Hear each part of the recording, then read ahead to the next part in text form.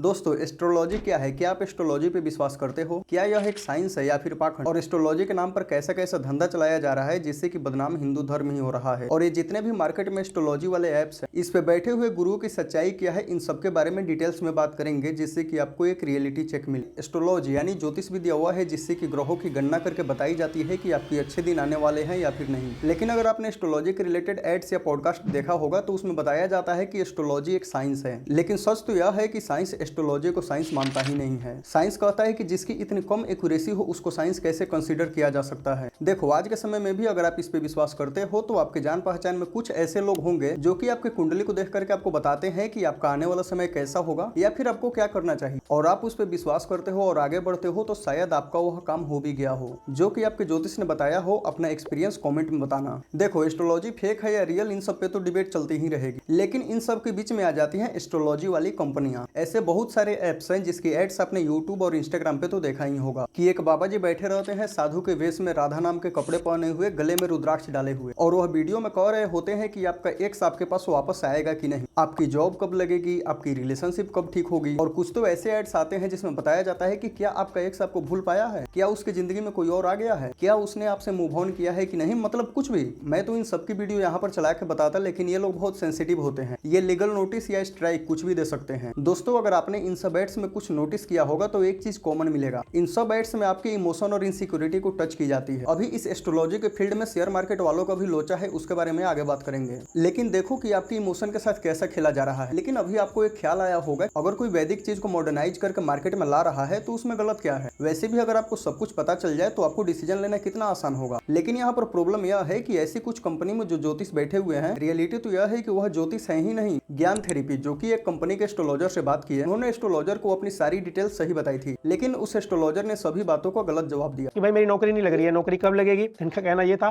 कि नौकरी जल्द लग जाएगी, आपकी नौकरी है आपके योग में, ये वो कहानियां चल रही थी इनकी। जो मेरे को भविष्यवाणी करी टोटली फेक थी, टोटली गलत थी, पूरे तरीके से मेरा बेवकूफ बनाया जा रहा था। लेकिन जब ज्ञान थेरेपी ने बताया कि यह एक यूट्यूब वीडियो बन रहा है तो उस एस्ट्रोलॉजर ने बताया कि वह यूपीएससी का एस्पिरेंट है। बिल्कुल महाराज, यूपीएससी के कैंडिडेट हैं हम लोग। अच्छा, यूपीएससी कैंडिडेट हैं अभी की थे?